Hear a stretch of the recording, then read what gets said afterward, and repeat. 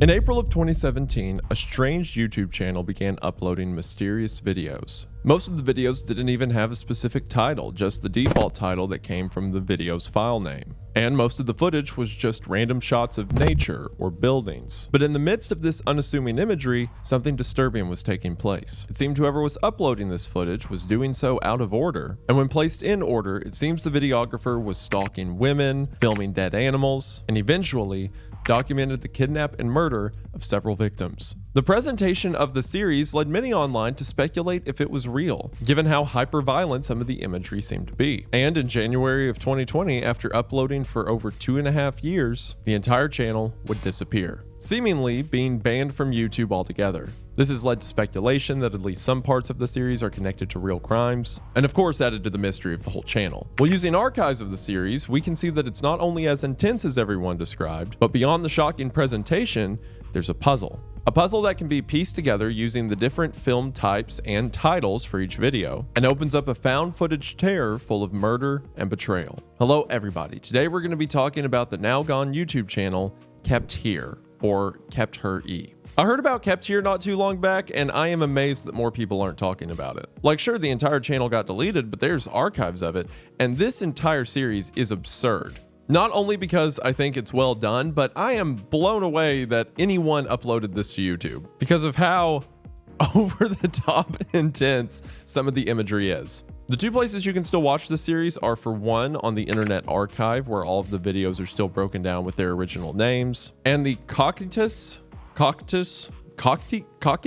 whatever, media, who's uploaded a video that is the entire series as it was uploaded, followed by the entire series in sort of chronological order. As you're going to see, making a timeline for this series is difficult. So it'll be linked in the description, and the series does a great job at setting its mood and aesthetic.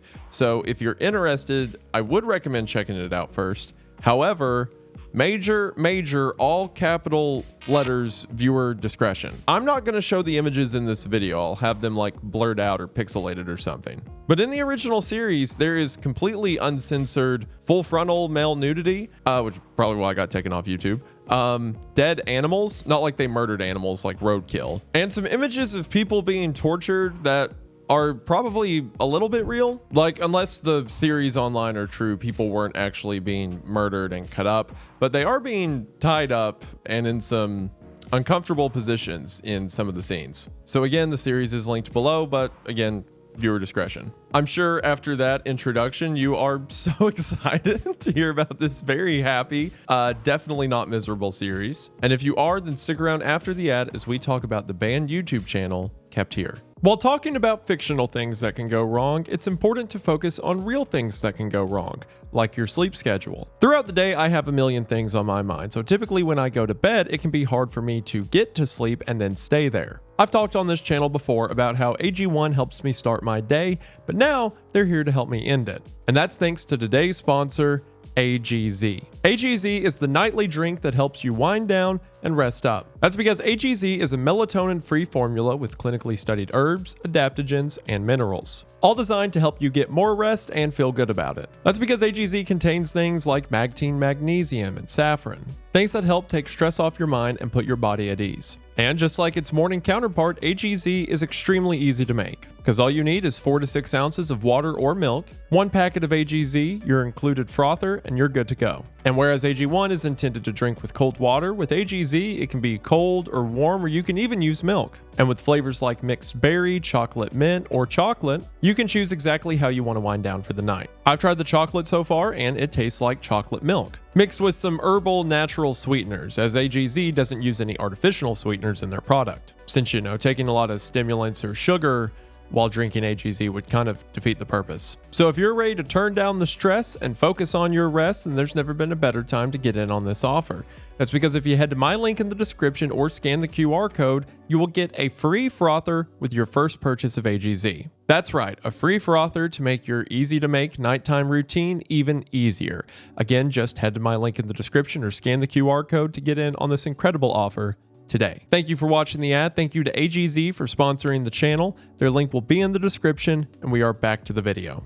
We are going to go ahead and get into it, but as always, thank you for watching. Now, as mentioned, the majority of the videos on this channel don't have named titles. It's just the default title that's created when the file was made, as if someone was recording it and then immediately uploading it to the YouTube channel. Which further goes into the presentation of the channel, as the channel was called Kepther and didn't even have a profile picture. On top of that, Kepther is kind of misspelled, as there is a space before the last E, implying that whoever's running this channel is just using it as a personal storage bank. One thing you may notice glancing over the channel, if it still existed, is that there are different kinds of files. Some are DV or mini DV tapes, some begin with P, which is like a DSLR camera, and some are just IMG, as if they were recorded on an iPhone. In addition to this, however, some of the videos, seemingly at random, are named. But even then, they're more of storage names rather than titles, like Garage or On Roof. All in all, when the channel was taken down, it had 114 videos. So let's start getting into those videos and see what we find. The first section of videos is noted by the DV file type, again implying that what we're seeing is from a mini DV camcorder. And it seems that what we're watching is just non sequitur images of someone's day. Shots of them driving down a road and then standing in trees and then looking up at the sky. They go to the woods and zoom in on a pink ribbon. They stand by a river, go to a construction area, and the first video ends with them standing in a parking lot with a school bus. It's as if someone is going about their day and then just picking up the camcorder, recording for a few seconds, and then putting it down. That continues through the next couple videos as whoever's recording goes to stand on a rooftop at night, walks behind what looks like a dorm room or office building under construction, eventually goes inside and then walks around outside, gets footage of someone who's jogging, and then two people on a bench, one of which seems to be going to sleep on the bench. It seems whoever this is just kind of wanders around. They see this unassuming thing, they get footage of it, they walk over there, they walk away, they get footage of this other thing. If there is a purpose to what they're recording, we don't see it yet. The next video is much the same, and also I'm not reading off the title of these because it wouldn't mean anything to you if I was like, in DV100135. So unless I say it has a title, just assume it's unimportant for now. In the next video, our cameraman is walking around an abandoned building. He then goes to the woods behind the building and gets footage of ants. Then near the end of the video, he seemingly crouches down into the grass and then scurries away. For whatever reason, it seems like he's hiding from something. Our next video is the first one that has a title, and its title is Garage, Groundbreaking Stuff. And then, believe it or not, the footage of which is inside of a parking garage. Most of the footage consists of our cameraman recording unassuming parts of a parking garage. The staircase, a bottle on the ground. He eventually starts recording this dude in a green shirt, but from his perspective, it seems that our cameraman is hiding as he does so. Perhaps he knows this guy or just doesn't want this guy to know he's filming. The next video takes place inside of a large, unfinished house. The house itself is several stories tall, but the inside is little more than baseboards. From the top floor, our cameraman gets footage of what I think is a raccoon crawling around in the yard, that or like a big cat. And then there's footage of him walking around in the house in the dark, and then the video just ends. Now, I understand how these videos are probably a filter for a lot of people coming into the series. They hear it's creepy and graphic, and they watch 5 videos, and all they've seen is some trees and the ground.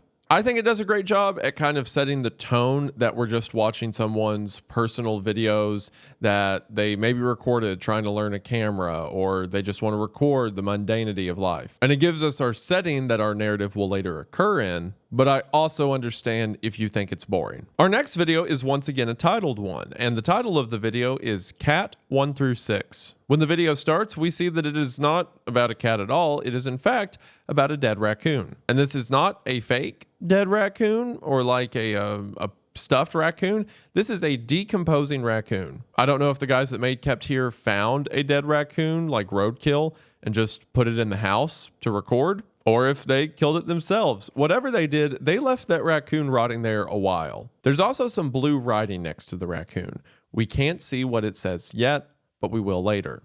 This is followed by shots of a flashlight out in the dark and a bonfire. In our next video, we're once again around a fire with a group of guys talking, and we get this quick exchange.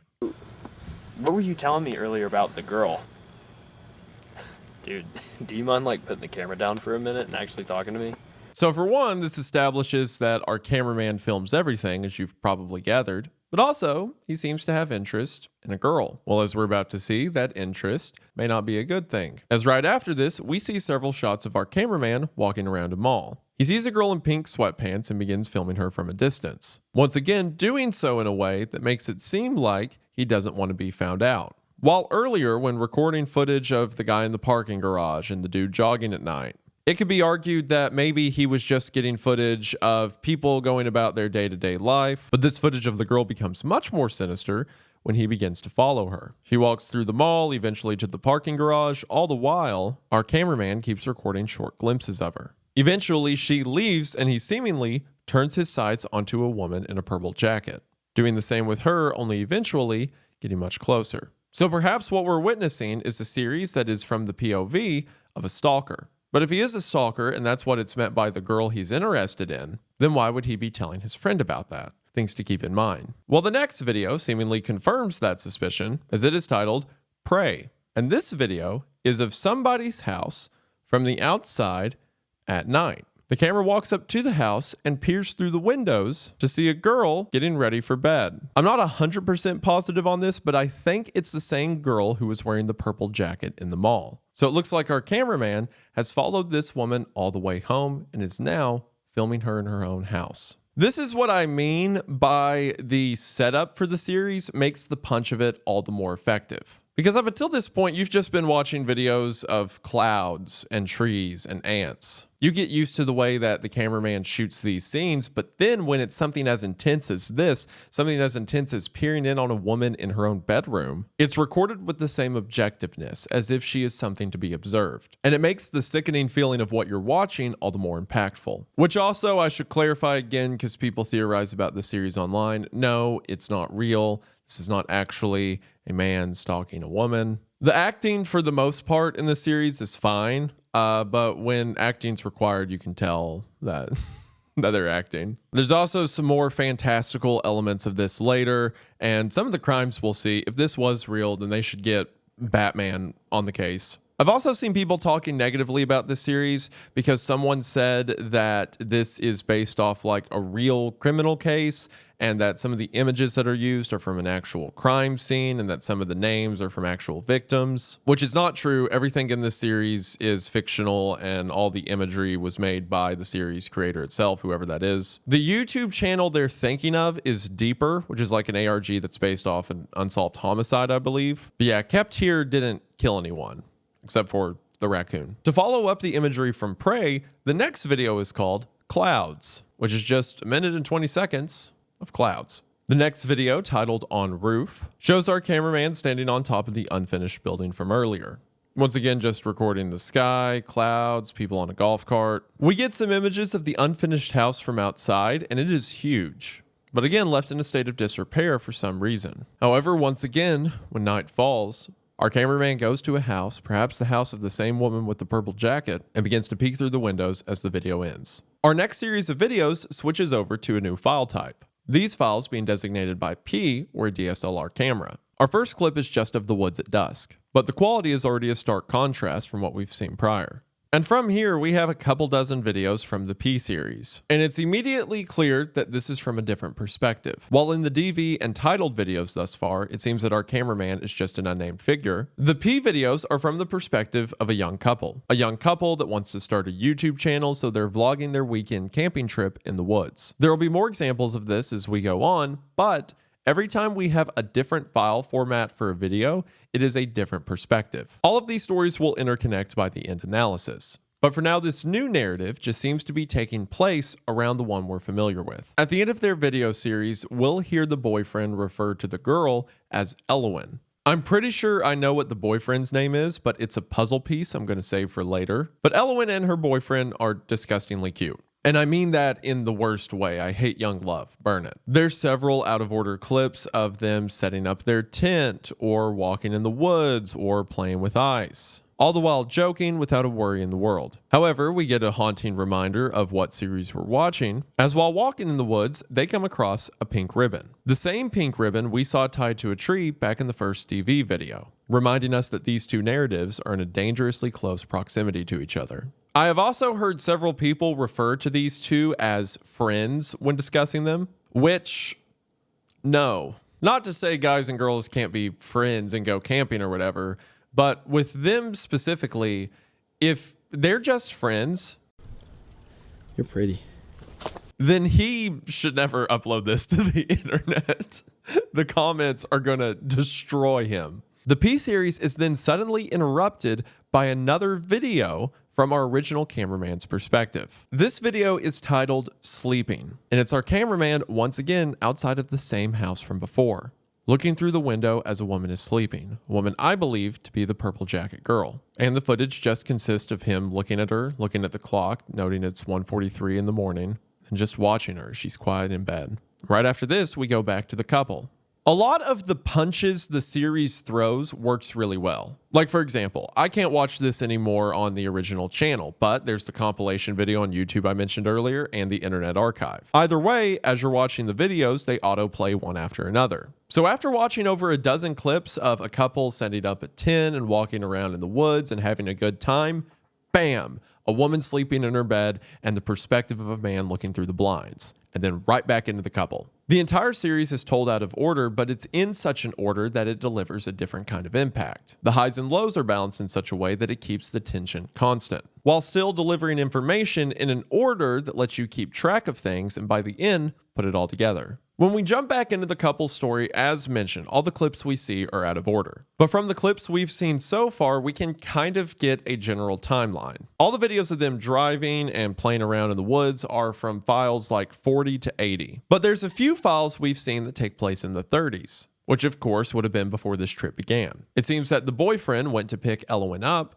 and before they left, she decided to walk her dog. Well, right after sleeping, when we come back to the couple, we see a clip that shows when they were walking the dog, they came across the 3-story house. Who owns this house? This establishes that the couple is not only close to our cameraman from the Stalker series, but that Eloin is his neighbor, close enough that she would walk into his yard while walking the dog. Also, the outside of the house looks abandoned. It's as if either no one is living there or at least Eloin thinks no one's living there. After this, there's a brief shot of Eloin's dog looking off into the woods next to the 3-story house. Perhaps the dog sees something they don't. After that, we get more clips from the camping trip, which I have to say, I have no idea what their YouTube video is supposed to be about. Like, sure, I get no one's first video is their best, whatever, but they're just like breaking ice off of sticks and then like singing Britney Spears. Go.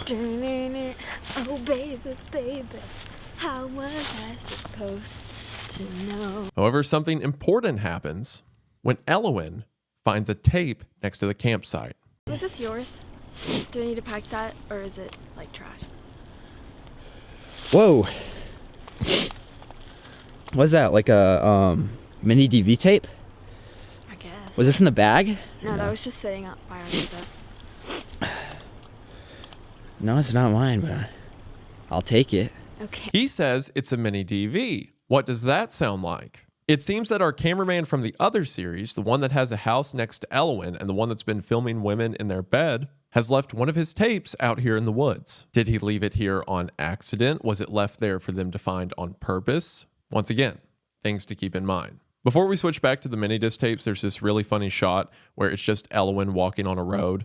And it's very awkward and she looks uncomfortable and there's no audio. So you know her boyfriend was just like, oh, go like walk on the road in front of the trees. It'll be a great aesthetic B-roll shot for our vlogumentary about our weekend camping trip, like 20 feet off the side of the road. And she looks so over it, which, by the way, later you see another perspective of their tent and they really are like right off the side of the road, like next to houses. Babe, you don't get it. We're going to pull over on the side of the highway. There's this little clearing. Babe, it's going to do numbers. Our next video takes us back to the stalker's perspective. This time he seems to be in a small room with a concrete floor, like a garage or basement. In the room is a chair and dog bowl, but what's also in the room is a completely naked man with a bag on his head. It is there for a brief instance and then it's gone. While this isn't the first bad thing we've seen him do, I mean, we've seen him peer through a woman's window twice at this point, it certainly ups the stakes. Now there's some guy seemingly held against his will inside of this dude's house. Our cameraman begins to move through the house, and as he does, we can see the same dead raccoon lying on the floor that we saw earlier, letting us know that it's likely the man with the bag on his head, who I'll refer to here on out as Baghead, is being kept in the 3-story house. Our cameraman continues to move through the house until eventually he gets to a staircase, and as he turns up the staircase, he sees a figure in a black robe standing at the top. The camera glitches and we see a brief instance of someone saying, Get in. Do you have a ladder? And the video ends. So it seems there's more going on in this house than just a decomposing raccoon. Baghead is being kept there, and it seems that our stalker isn't alone, as we not only see the figure in the robe, but we also see that brief glimpse of someone asking if he knows how to get into a house. Quite possibly the house of the woman he was stalking earlier. So it seems this operation is much larger than just our cameraman. We'll see how large as we move on. Our next video seems to be shot on a stormy night, as our cameraman drives down mostly empty back roads. Is a guy walking with a package in his hand. This could be someone the cameraman knows or just someone walking at night. There's also these brief instances of what seems like a flashlight off in the distance. Whatever it is seems significant enough that at one point our cameraman pulls over, rolls down the window to record it. After this, we switch back to the perspective of Eloin and her boyfriend. However, in this first clip, something seems off. Her boyfriend asks how she slept and she's too busy looking around. Something about her seems agitated. Pretty nice, right? Without all the animals and shit. Did you sleep well? I slept fine. I only woke up like a few times. Did you sleep okay? What you looking at? After this, we get a segment from the end of their hiking trip. When the two of them reach the car, Eloin seems bothered about something. When her boyfriend asks what's up, she said she had a bad dream and heard what sounded like walking around the tent.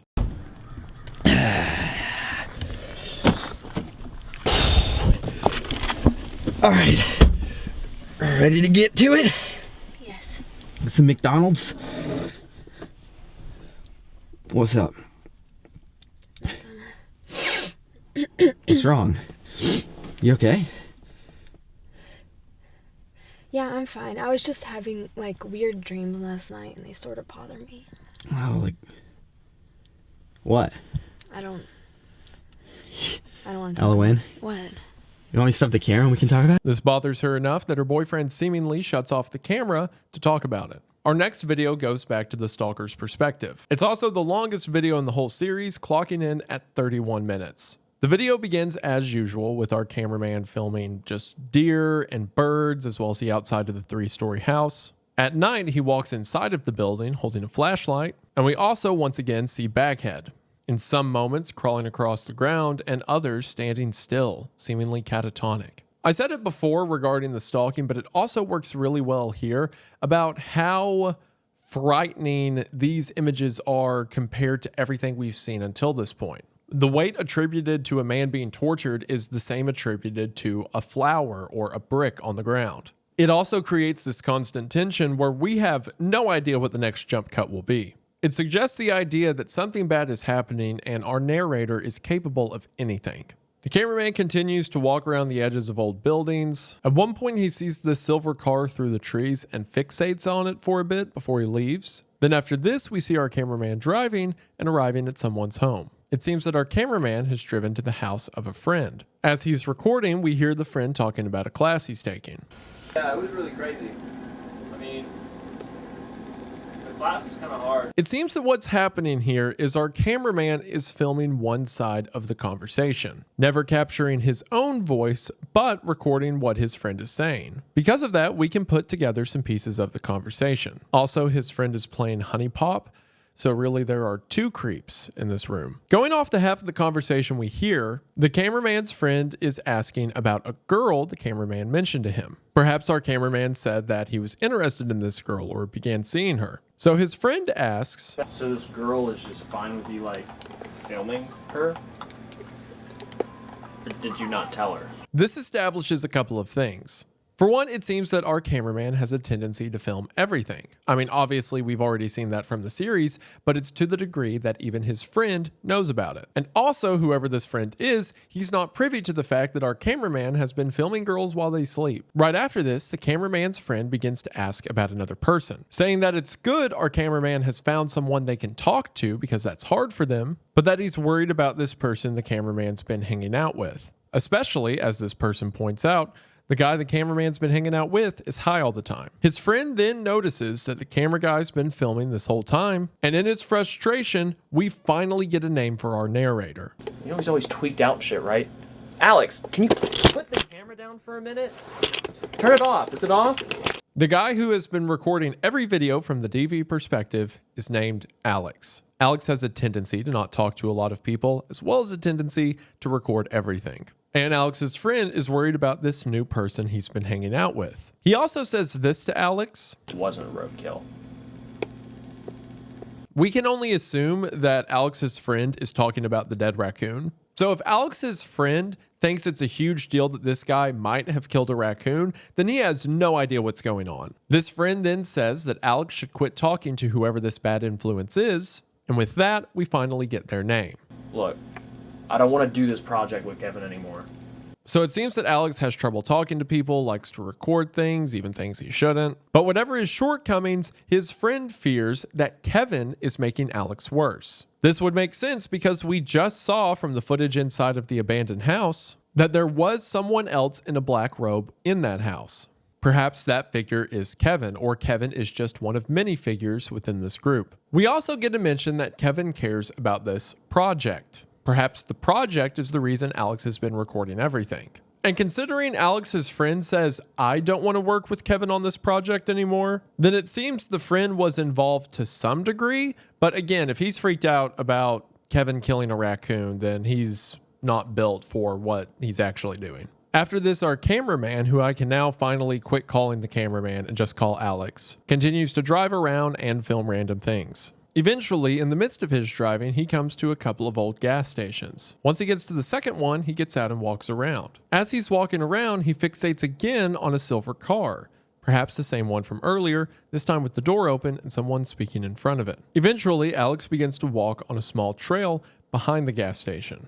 Eventually, he just starts filming the thick brush, a river, a pair of tennis shoes on the ground, an old pipe, some buckets. For whatever reason, he seems fixated on this one location. However, we then switch to footage of Alex at night. He walks down an old drainage pipe into the sewer, possibly the same sewer system that Eloin and her boyfriend were near earlier. This is seemingly confirmed as the next shots are of Eloin and her boyfriend's camp during their camp videos. At one point, after Alex seemingly loses breath climbing up a hillside, as he seems to be panting and the camera is moving up and down a lot, he looks through the trees and sees Eloin directly, wearing the same outfit we saw her in during the camping videos. The camera then cuts to late at night, Alex still watching their campsite. Eventually, he creeps up to them and shines a light on Eloin, recording her as she's sleeping. Just as Alex had to the woman in her house, Alex is recording Eloin as she sleeps, perhaps marking her as the next victim of whatever he and his people are planning. For one, this explains Eloin's bad dreams.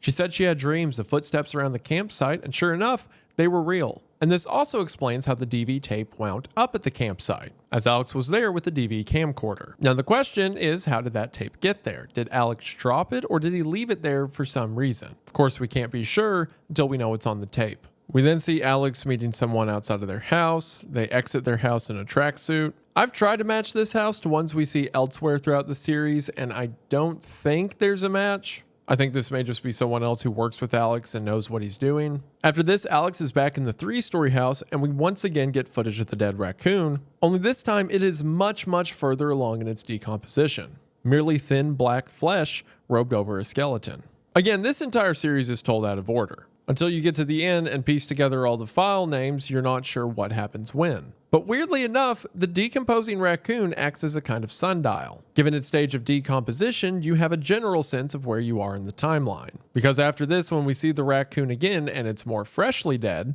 we know that it's earlier than the events we're currently witnessing. Morbid, of course, but effective. We then get more shots from the inside of Baghead's room. It seems that Baghead has bleach for some reason, as well as a bucket they go to the bathroom in. We then get footage of Alex standing outside before he pans down to see Baghead walking around outside in the daylight. Again, there's not a ton of things online that really pull off the effectiveness of this. You go from looking at nature to seeing a naked man walking around with a bloodied bag on his head. And then, I kid you not, it hard cuts into a turtle. And Alex gets footage of this turtle for longer than he recorded, again, the naked guy with a bloody bag on his head.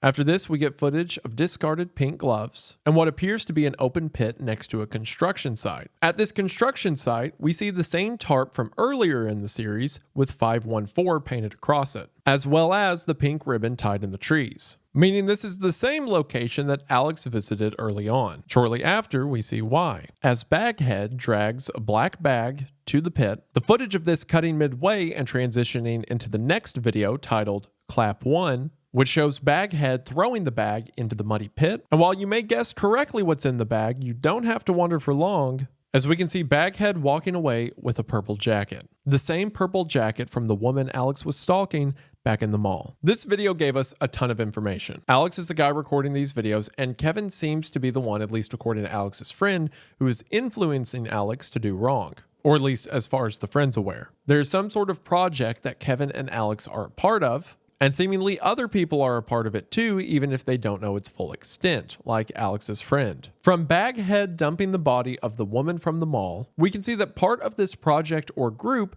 entails stalking and kidnapping women and seemingly murdering them, after which their bodies are seemingly hucked into the woods. This could be part of the reason Alex records random rivers, lakes, construction sites, or abandoned buildings on the outskirts of town. They're all body dumps. And since Baghead was the one ditching the body, either he's a part of this group or project, or he is doing this against his will. Also, what does this mean for Eloin, the other woman Alex was recording? Questions are being answered, but there are still many to be solved as we move further. After this, we get a video titled Rot. Appropriately, it opens on the image of the rotting raccoon. However, this time its decomposition is much earlier than we last saw it, meaning what we're seeing now is earlier in the timeline. We also finally get to see what the writing underneath the raccoon says. It reads, "Please, God is watching." There's more writing above it we won't learn about until later. We then see Alex walking around the top of the 3-story building before he hears a voice from downstairs and the video ends. Our next video is called Clap 2. If you'll remember, the short clip that showed Baghead throwing a body into the mud pit was called Clap 1. Clap 2 seems to be much more stylized than Alex's previous recordings. A sort of synth tone plays over the video, and our initial cut seems to be from the perspective of someone dragging something heavy down a hallway. Based off Clap 1, this might be footage of a body. At the very end of this cut, we see someone moving in the darkness. We then cut to what looks like a ton of blood and gore, as someone in a yellow latex suit with gloves cleans it up, taking care to discard the remains and use bleach, the same bleach we saw on Baghead's floor earlier, to ensure there is no evidence of the mess left behind. We then get more clips of the 3-story house from outside, blood on the ground, and what appears to be the same homeless people from earlier. So it seems where Clap 1 showed us the disposal of a body, Clap 2 is showing us the cleanup of a body. Someone, perhaps Alex, considering he was the one filming, drags the body away and the blood is cleaned up. I think the footage at the outside of the house goes to say, as you can imagine, most of this takes place inside of the house, and perhaps the footage at the end of the homeless people on a bench are to show us the targets. People who it is easy to make disappear. Perhaps everyone that Alex has recorded has been a potential victim. After this, we get another series of tapes from Eloin and her boyfriend. In the midst of one of them, we hear something interesting. I've never been in this tunnel. I've been down here before. This is actually by the school. So since the area they're camping, and therefore the area Alex has walked through is near a school, then we can assume all the shots Alex has taken of a school bus in a parking lot are from times Alex was stalking them, or at least in the area. Through this section of videos, we get the end of Eloin and her boyfriend's camping perspective. And while not a lot is learned through this section, it is cool because once you unscramble all of these, it creates one cohesive narrative. Or at least, you know, the cringy 2014 era YouTube comedy is in order. My anaconda don't want none unless you got vlogging. After this, we get a video once again from Alex's perspective. This video has a title, RLMR. I have no idea what RLMR means. I've looked it up. It doesn't seem to be text speak or like an abbreviation or anything. It doesn't look to be an anagram for anything. Maybe it's like someone's initials, but I don't know. Regardless, the video seemed important enough to Alex, or whoever's uploading these, to title it. In the footage, it seems Alex is walking down a road at night, but he's not alone. As in the very beginning, we hear a girl say this. But he would just climb into people's windows. Alex just caught the end of the conversation, but it seems she was talking about someone climbing into people's windows. This could be a reference to any story of a stalker or killer, but is more likely in reference to Kevin or someone else from the project. Either if she's just heard rumors or knows what the group is up to remains unknown. While Alex and the girl are standing there, Alex sees a light off in the woods. The girl lights a cigarette and the two begin to walk through the darkness. As they walk, despite the darkness, the girl is telling a casual story about an experience she had on a vacation. This is followed by shots of the lake at night and a dark silhouette. Given that lakes and waterways seem to be a sort of dumping ground, does this mean Alex took this girl out here to kill her? Well, if that's the case, then how was she so calm? Our next video is titled Gray. Alex seems to be in the passenger seat of someone's car riding through town. I've seen people argue that this car is the same car Eloin and her boyfriend were in at the end of the camping storyline. But if you look at that footage, the inside of their car is clearly a two-tone like tan and brown, and the inside of this car is, as the title says, gray. There's a conversation in the beginning that is very distorted. For what little can be pieced together, it sounds like they're talking about drugs and asking how long it takes them to kick in. And from there, the rest of the video is just a shot out of the passenger window as fast music plays as they drive through town. Now, earlier when Alex went to his friend's house, his friend said that Kevin's always on drugs. And since this is from Alex's perspective and he's seemingly sitting in a car doing drugs, we can assume that it's Kevin he's with. So even though Kevin and Alex are part of some project that is killing women, the two of them still do things like ride around town and get high. Again, the casual tone of the events being depicted make them all the more sinister. Speaking of sinister, our next video is titled Pills. In the beginning of this one, it seems to pick up right where Rod ended, with Alex in the top of the 3-story house hearing someone downstairs. We then hear a voice saying, "You will follow the instructions I give you." And with that, we get the most memorable imagery from the entire series. It's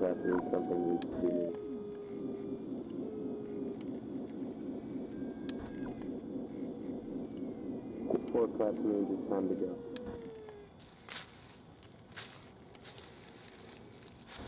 So from the title of this video being Pills to Kevin saying "you will follow my instructions," it seems we now understand what Baghead is. All of the women we've encountered so far are killed by the project. And while some of the men might also be killed, it seems that at least this one was turned into a slave, made to take some kind of pill that made them susceptible to control, likely combined with the conditioning of being kept in a dark basement. We also hear the commands that Baghead is made to follow. 1 clap means Baghead is to bury the bag or the body bag, as we saw in the video titled Clap 1. 2 claps means it's time to clean up. Again, the cleanup we saw during the crime scene cleanup in Clap 2. 3 claps is hard to make out. It sounds like he says something needs to or something needs to be. And then 4 claps means it's time to go. Perhaps 4 claps is what happened to Baghead here, as he's being led out to a field by Kevin, who is holding a sledgehammer, which would explain his bloodied head we see lying on the ground later. Perhaps whoever Baghead was, people became suspicious, or people began to look for him. So Kevin and Alex couldn't have him around the house,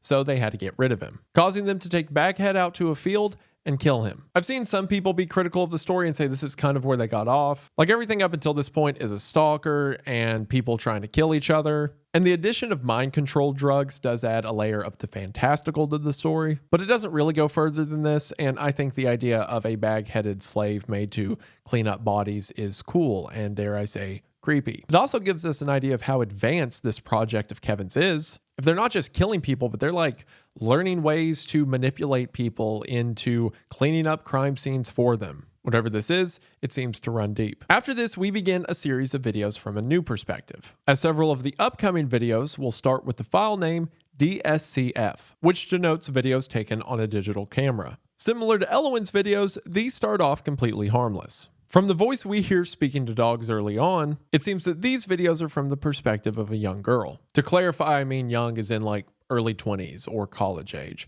not young as in child. Thankfully, the series doesn't go there, I think. In one of the early clips, we hear her say it's nice to be trusted with the boys, but that it can be scary to be alone, whatever that means. She also records footage of a vinyl spinning on a record player. The vinyl is playing the song Corridor of Dreams by the Cleaners from Venus. Whoever this girl is, she seems to be a sort of romantic, or to at least be smitten by something or someone. After this, we get another named video from Alex's perspective. This video is titled Burn.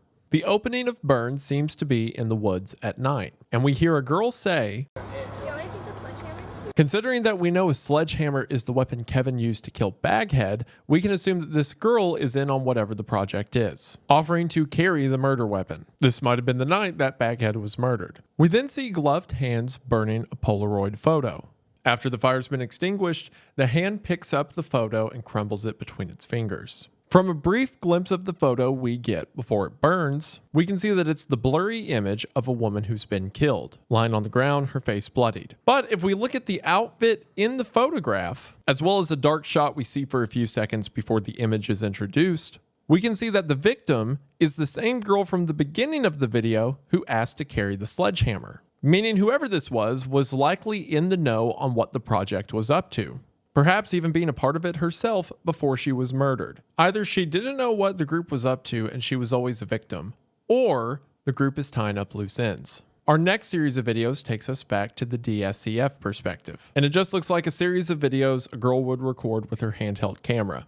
Her with her friends at the lake, her with a couple of younger boys, perhaps her younger brothers or kids she's babysitting. Footage that would be completely harmless were it not in this series. However, that is until you get to tape DSCF 0024, which is 50 seconds of darkness in the woods. Until the camera focuses on what might be a pool of blood, it's hard to tell, but the setting, as well as the darkness and the woods and the quiet nature of the shots, implies that something nefarious and certainly less cheery is going on than the previous shots we've seen from this perspective. Perhaps whatever girl was recording these videos wasn't so harmless after all. After this, we get more footage from Alex's perspective. He gets footage of cats, chickens, a house that he's potentially stalking. You know, normal extracurricular stuff. We then get footage of what seems to be a sludge of flies. Perhaps this is some container that something is rotting or decomposing inside of. Something infested with sickness and death. We get more footage of the woods at night. Footage of what appears to be a black bag that earlier we saw a body inside of. And then we once again see that light out in the darkness, only this time Alex approaches it. What he finds is this: a man in a dark robe holding the light. His face, a sort of plastic mask that makes him seem like a mannequin. I believe this figure to be Kevin, draped in a dark robe with a light, preparing for a killing. This is the same light that Alex has seen in the darkness a couple of times up until this point. The time he was driving down the road, saw it, pulled over, and rolled down his window. Or the time he was with the girl in the parking lot at night and saw it before he began leading the girl towards it. Perhaps this mask, robe, and light are the things Kevin dons before a killing. Speaking of that parking lot at night, our next video is once again from the girl with the DSCF perspective. However, this footage appears to be from a parking lot at night. Perhaps the same parking lot we saw at the beginning of RLMR.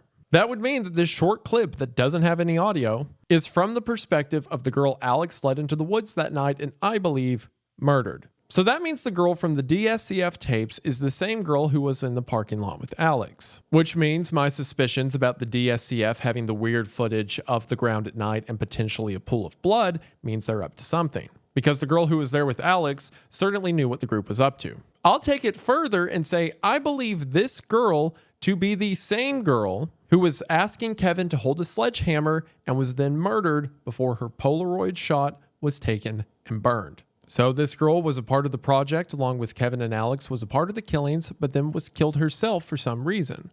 Why? Things to keep in mind as we move on. The next video is titled 19/05/2016, which is a date that corresponds with May the 19th, 2016.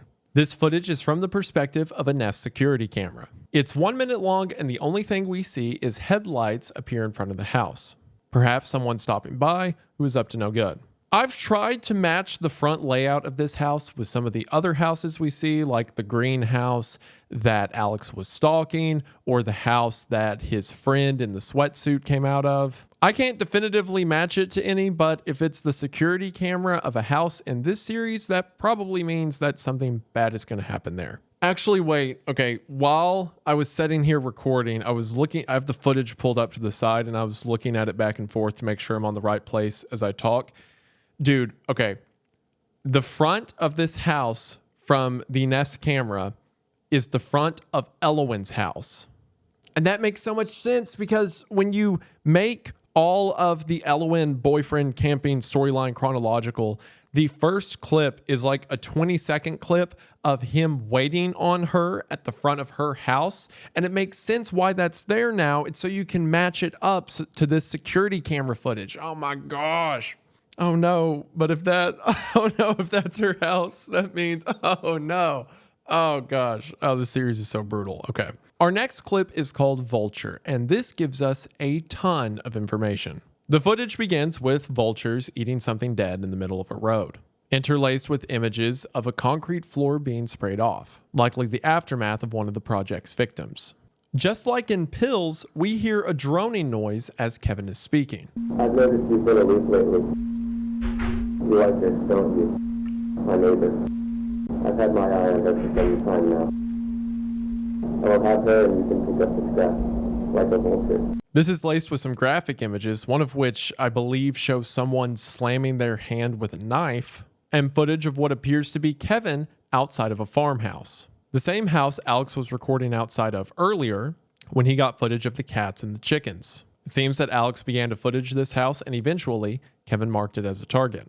Kevin continues to speak and says, "I've had my eye on her for a while. When I'm done, you can pick up the scraps, like a vulture." So initially, you may think this neighbor girl he's interested in is one of the girls he was stalking earlier. But I think it's Eloin. Because if you'll remember, back when Eloin was walking her dog at the beginning of her storyline, her dog walked into the yard of the 3-story house. Just as I realized a moment ago, they didn't show us a shot of the front of Eloin's house for no reason. It mattered later to connect it to the security camera. I don't think they would have mentioned that Eloin lives next to the 3-story house if it didn't matter here when Kevin mentions the neighbor girl. So it seems that Alex is interested in Eloin. This seems apparent from him stalking and recording her. But Kevin says he's been interested in her for some time, and when he's done with her, Alex can have the scraps.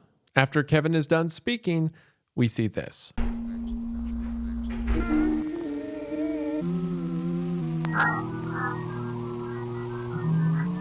I believe these are glimpses of part of the project's killings. We don't know what the project is for sure, but we know it involves killing people. We know it involves converting someone into Baghead, and it has things like recording and Polaroids. It makes sense that there would be an air of regalia attached to their murders. We've already seen what Kevin wears, a giant black wizard's cloak with, a plastic face attached. It makes sense that others in the project would dress the same. We see glimpses of a long flowing dress, a red mask. There's a sacristy and a presentation to these killings. Speaking of killings, our next video is titled Alex. In the beginning of Alex, the camera is fixed on a dark corner in the unfinished house. It seems that Alex isn't holding the camera. It's simply lying on the ground, slightly crooked. As the camera aims at the corner, we hear someone moaning and crying out in pain, louder and louder.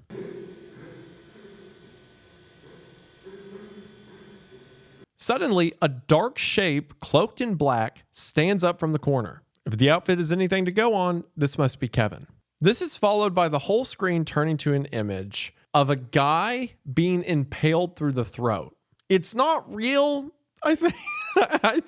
I'm pretty sure it's still just, fake, made for the series. I don't think it's like a live leak screenshot, but it looks really good / bad. Like I said, viewer discretion for this whole thing.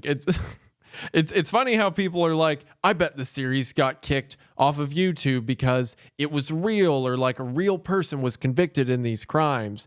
And then you watch the series and it's like super graphic images and complete naked people swinging around. And it's like, okay, well, that was probably it. After this, we finally see the full writing next to the decomposing raccoon in the 3-story building. It reads, "Please don't steal my tapes. Please.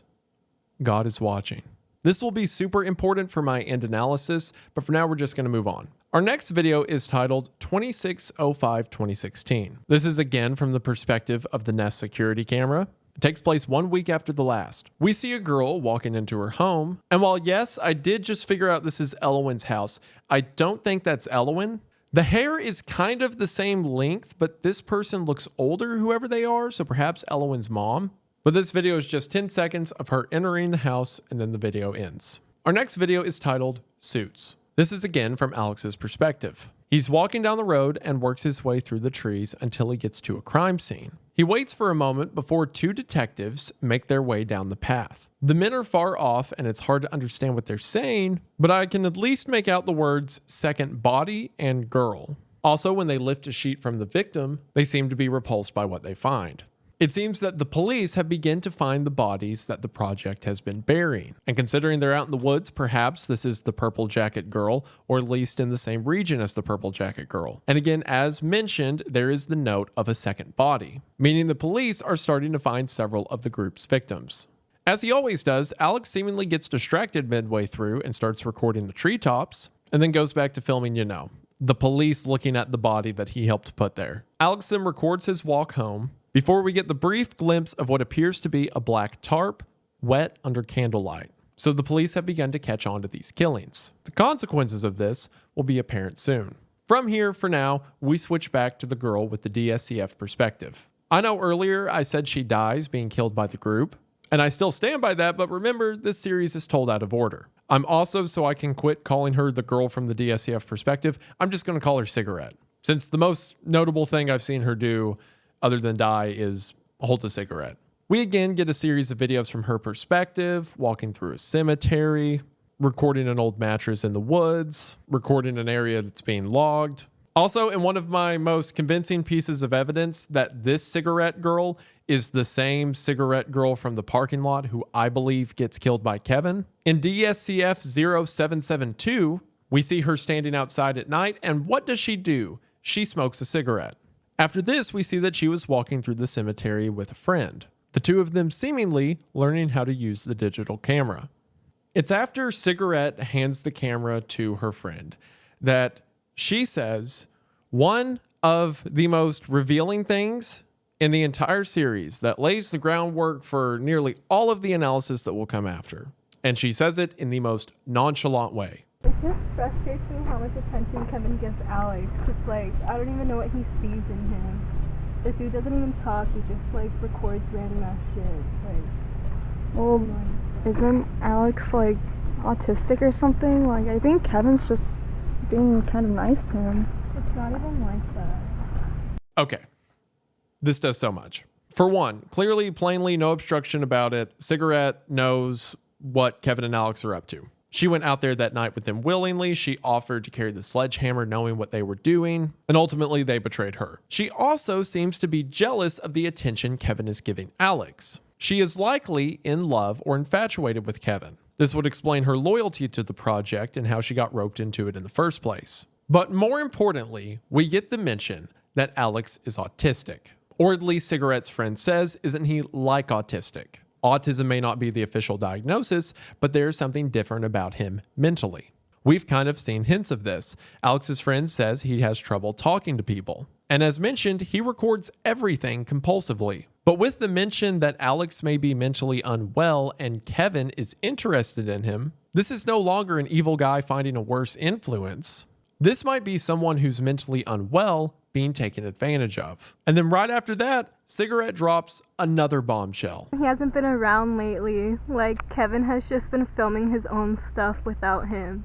I think they got into like a fight or something. This makes everything fit so much easier. See, when I got to the end of the series and I was trying to lay all of these out in order, I kept hitting complications. Because of my theories you'll hear in a moment, Alex couldn't have recorded everything we see, at least from the DV perspective. But Cigarette says here that they got into a fight and now Kevin is recording his own things. That means for the handheld mini DV tapes, there are two cameramen, Alex and sometimes Kevin. I also think we hear in the rest of this tape the reason the project murdered Cigarette. Just about things we've been doing. I think he's like worried that Alex is gonna tell people stuff. People stuff about, like, what? What have you guys been doing? Nothing, just like, it's none of anyone's business really.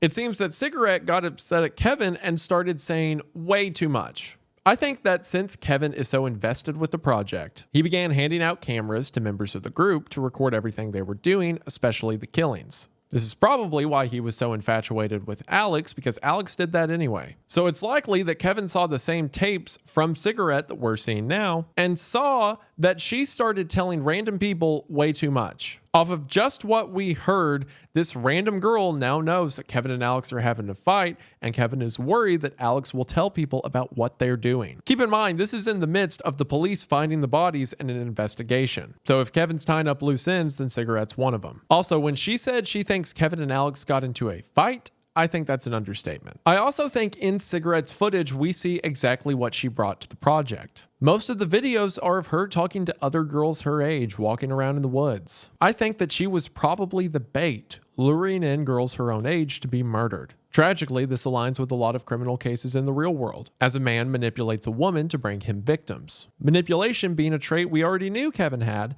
due to his relationship with Alex, someone he could take advantage of.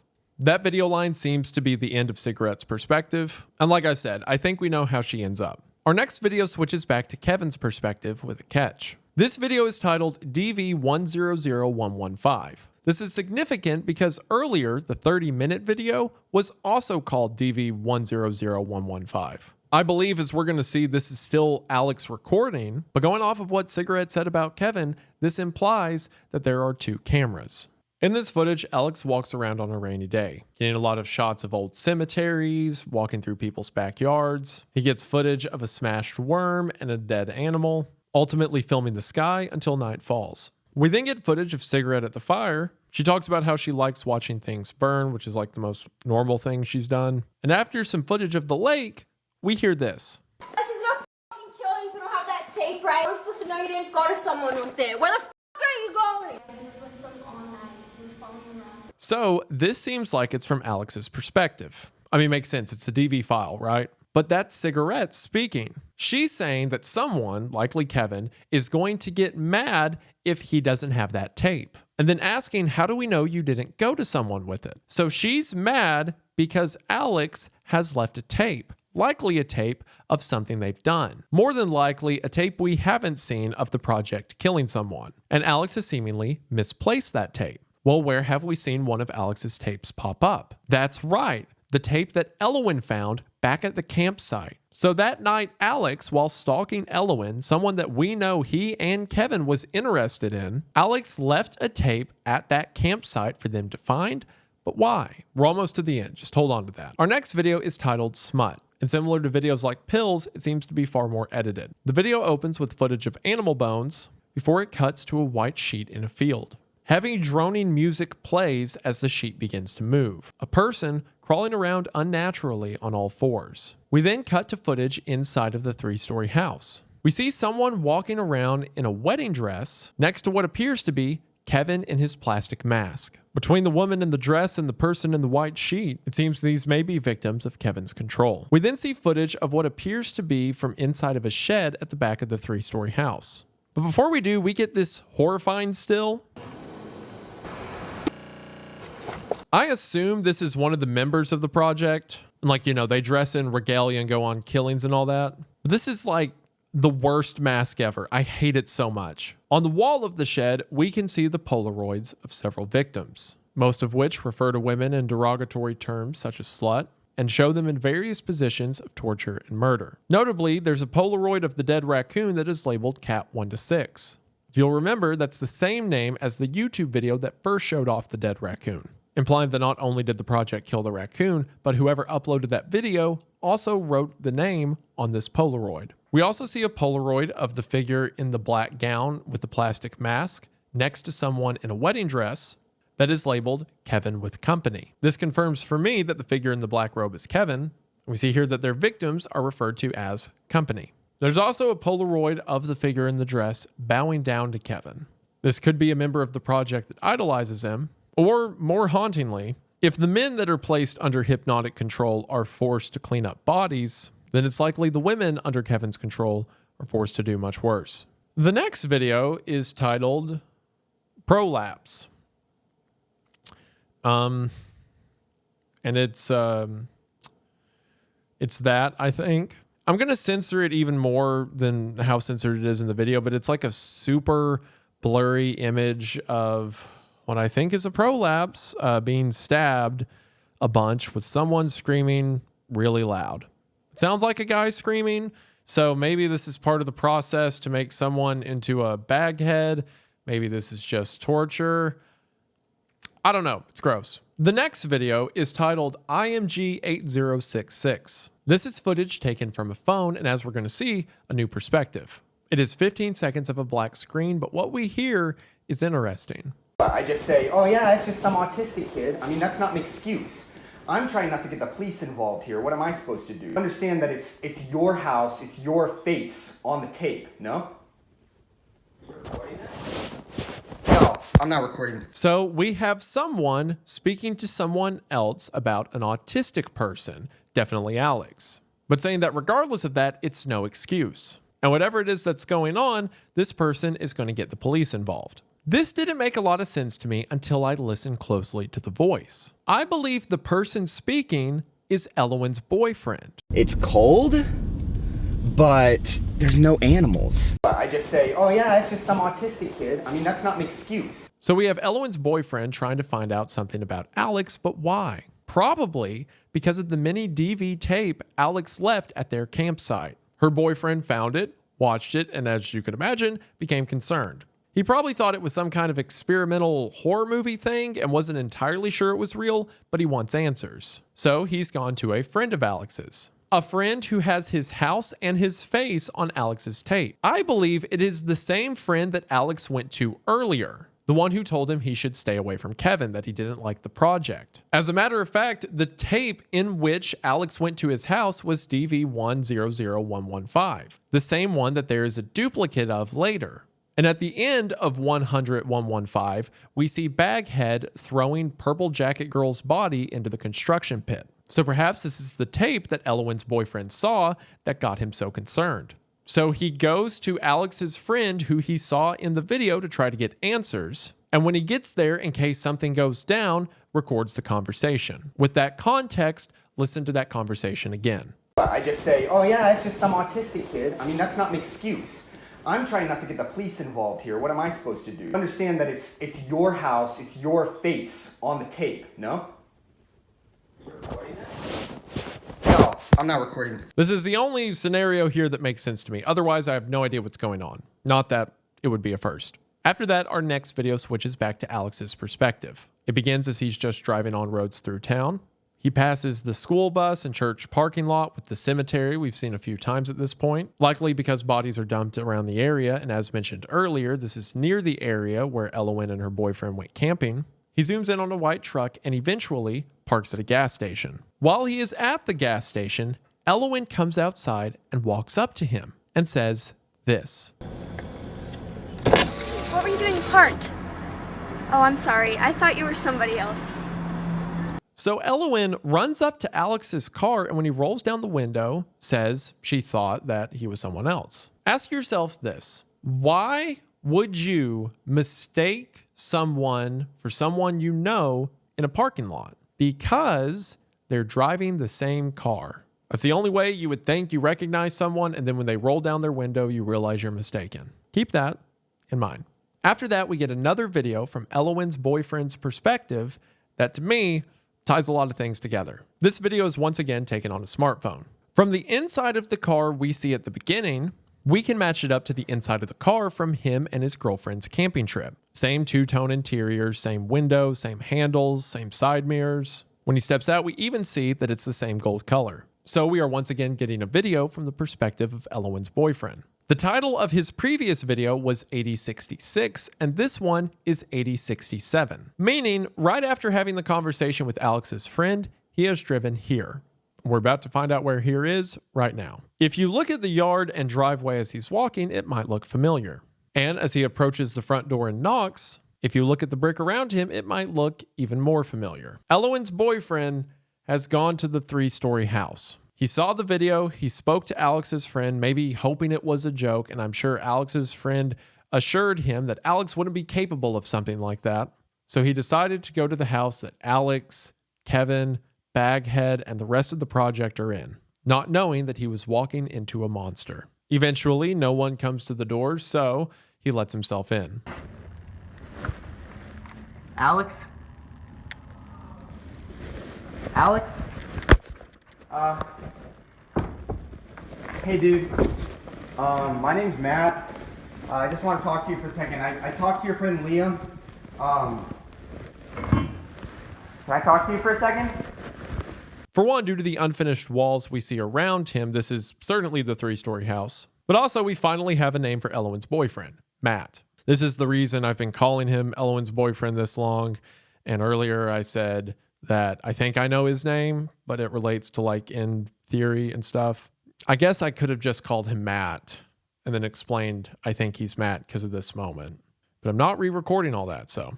And this also gives us the name of Alex's friend who he visited earlier, Liam. As Matt walks into the house, he assures Alex that he just wants to talk, that Alex isn't in any trouble. He cautiously calls out to see if Kevin's there until this happens. Alex, dude, Liam sent me. Okay? Can you come out here for a second?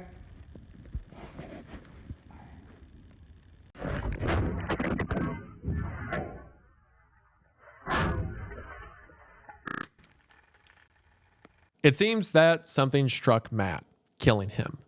Likely, considering the sound of trickling blood that follows, a sledgehammer. So Matt went to the 3-story house and has now become another victim of the project, another victim of Kevin. After this, the screen is black, but we hear something crawling around, getting closer, until eventually we hear...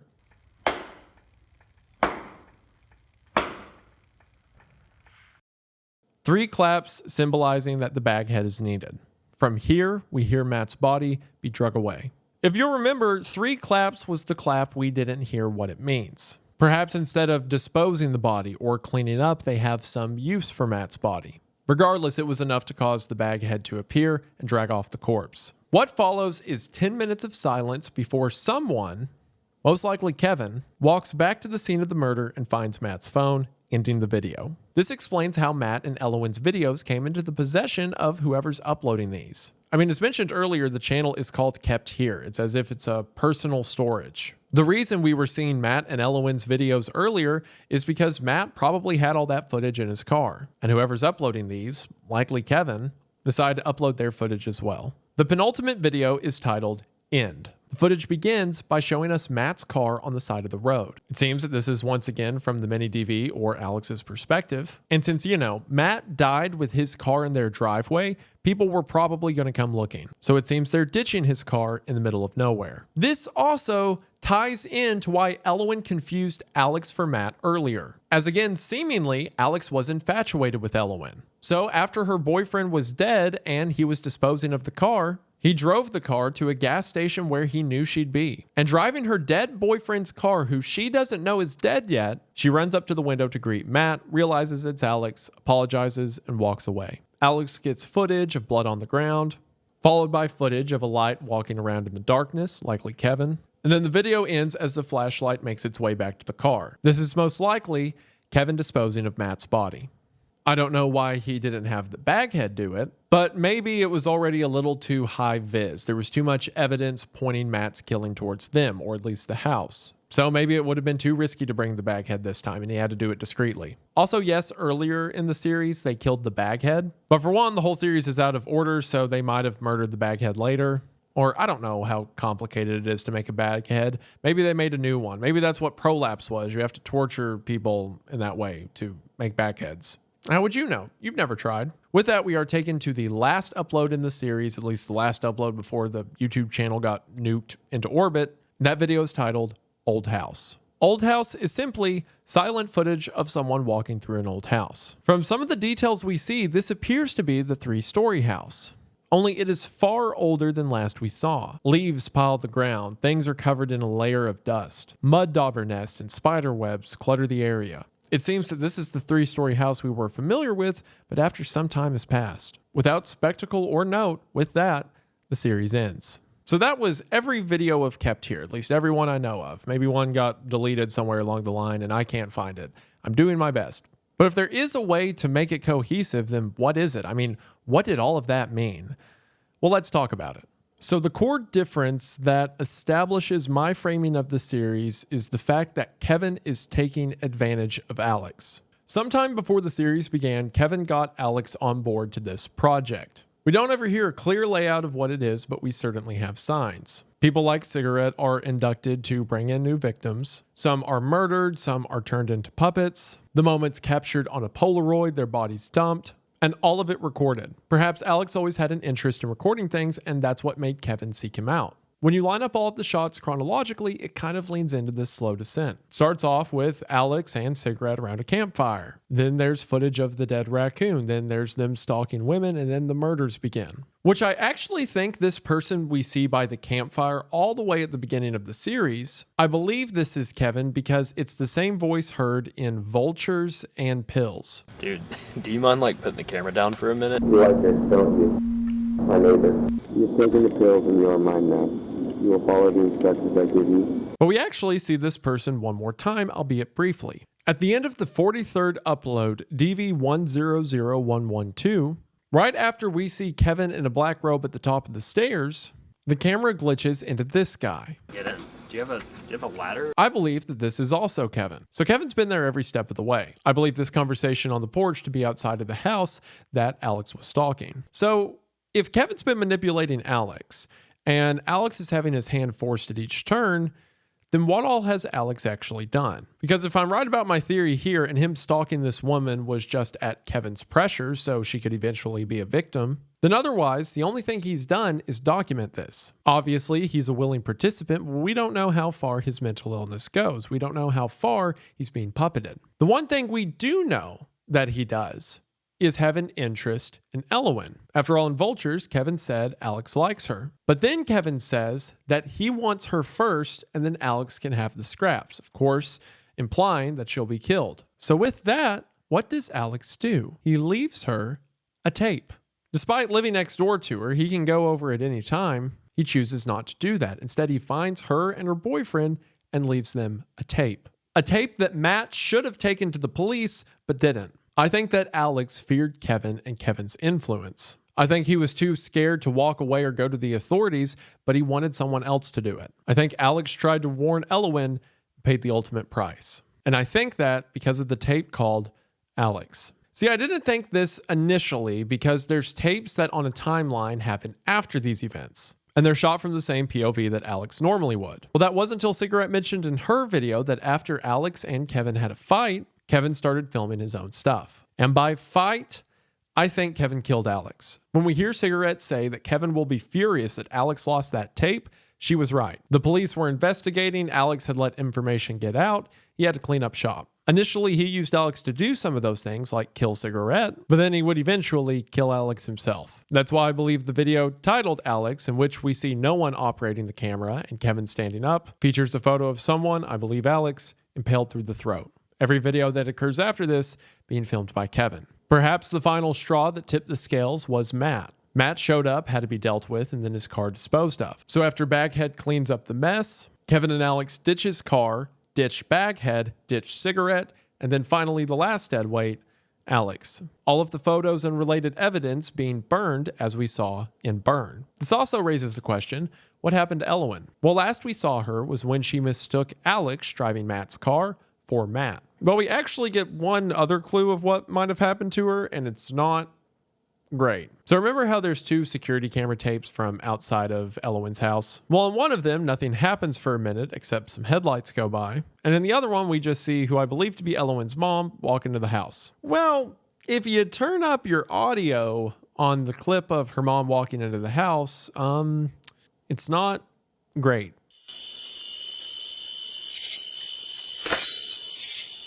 At 8 seconds, it sounds like there is a spring of some sort. Or if not a spring, maybe something breaking. I think whoever walked into the house ran into some kind of trap. And if Eloin's mom was murdered or kidnapped inside of her home, then chances for Eloin aren't the best. Especially if Kevin was tying up loose ends and the loosest end was Matt and the tape, then the only other person who knew about that tape would be Eloin. But maybe Eloin wasn't home. She doesn't have to be dead. Maybe she's still alive if you want her to be somewhere. Even if Alex was trying to save Eloin, it's not great that after Matt died and Alex was in Matt's car, probably with Kevin, they were waiting outside of a gas station where Eloin so happened to be. I think one of the biggest pieces of evidence that Alex was never evil, he was just a mentally ill person who was walked into an evil place, is the message we see following the pictures of his death that says, "Please don't steal my tapes, please, God is watching." I think in some way in Alex's mind, he was trying to do the right thing. He was too scared to speak out. He may have been incapable of speaking out, but he felt like if he documented everything, if there was some evidence out there somewhere, maybe it could be stopped. He had some grand concept of God or a higher power or moral right and wrong. And his answer to that were these tapes. He wanted someone to see what was happening. He needed someone to stop it, and he tried with Eloin and Matt. The other video series are pretty self-explanatory at this point. If you line up all of Eloin and Matt's tapes, they go to walk the dog, which leads them into Kevin or Alex's yard. I think the 3-story house is Alex's. because the state of disrepair and Alex's mental condition kind of imply that maybe his parents left it to him.